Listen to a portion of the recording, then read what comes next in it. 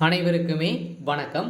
சற்று முன் கிடைத்திருக்கக்கூடிய ஒரு மிக மிக முக்கியமான செய்தி ஒன்று வெளியாகியுள்ளது.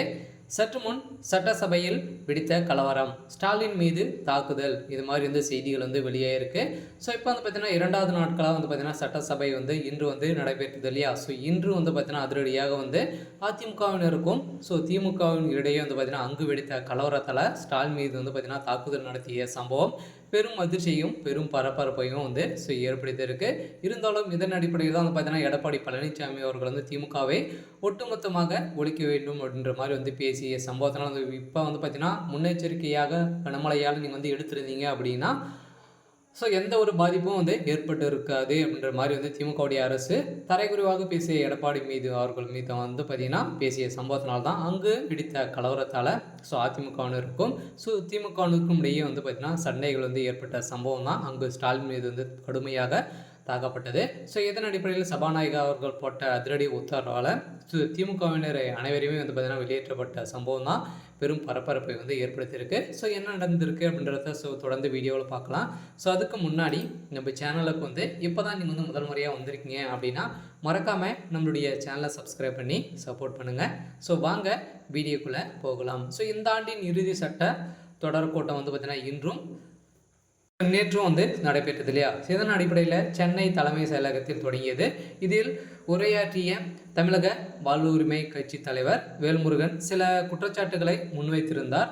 இதன் தொடர்ந்து சட்டப்பேரவை விதியின்படி கடைசி சட்டசபை கூட்டம் நடந்தது. இதைத் தொடர்ந்து இருந்து 6 மாதங்களுக்குள் மீண்டும் அவை கூட வேண்டும் என முன்னதாகவே கடந்த ஜூன் மாதம் பார்த்தீங்கன்னா 10 நாட்கள் அவை கூட்டம் நடைபெற்றது. இதையடுத்து இன்று அவை கூட்டம் மீண்டும் தொடங்கியது. இன்றும் நாளையும் தொடங்கியிருந்த நிலையில் இதன் அடிப்படையில் நிறைய தீர்மானங்கள் நிறைவேற்றப்பெறுவதாக பார்த்தீங்கன்னா அனைவருமே எதிர்பார்க்கப்பட்டு வந்த நிலையில் தான் இந்த நிலைமை அங்கு வெடித்த கலவரத்தால் பார்த்தீங்கன்னா இந்த தீர்ப்பு எதுவுமே கொடுக்க முடியாத அளவுக்கு தான் இப்போ போயிட்டு இருக்குது.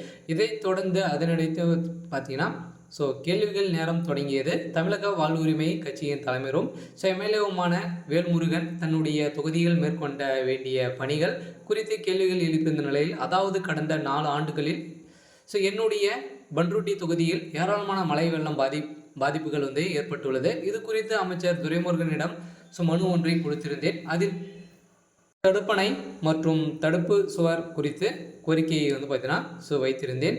இதை தொடர்ந்து அமைச்சரும் நடவடிக்கை எடுத்து துரைமுருகனுக்கு அறிவுறுத்தியிருந்தார்.